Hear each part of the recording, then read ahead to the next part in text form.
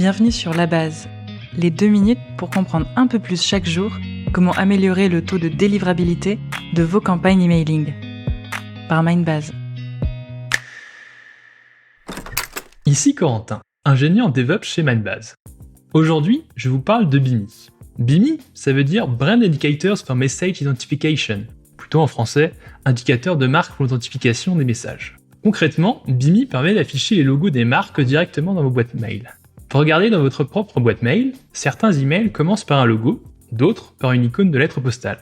La différence dépend des entreprises qui ont décidé d'afficher leur logo, mais pas seulement.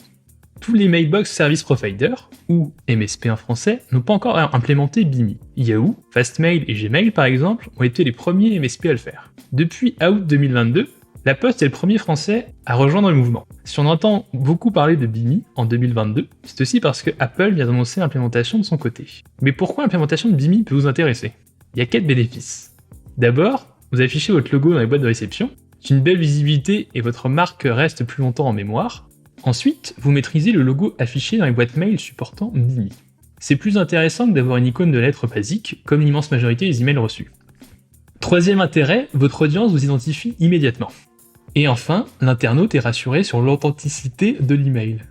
Avec la multiplication des spams et des emails frauduleux, votre audience est à la recherche de confiance et de réassurance. Pour les emails de suivi de colis, de factures ou de paiement par exemple, cette authentification est particulièrement utile. Je vous parle d'authentification et de sécurité depuis 2 minutes, mais vous devez vous demander en quoi BIMI renforce la protection des emails.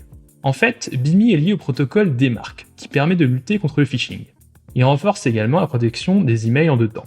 D'abord, DMARC permet d'analyser le nom de domaine. Puis, il suit des directives sur la manière de traiter les emails qui ne sont pas alignés avec les protocoles SPF et DKIM. Aujourd'hui, peu d'entreprises se sont intéressées à BIMI. En France, ce sont principalement les Digital Native Vertical Brands, comme Shine, la banque en ligne, ou Malte, la plateforme de mise en relation de freelance. Et vous, serez-vous les premiers dans votre secteur à passer à BIMI ? Avec ces conseils, vous devriez améliorer vos campagnes email rapidement. Si vous voulez plus d'infos, on analyse le sujet sur notre article de blog. C'était La Base, le podcast de Mindbase sur la délivrabilité des emails. Merci de nous avoir écoutés. Si cet épisode vous a plu, laissez un avis sur votre plateforme de podcast préférée.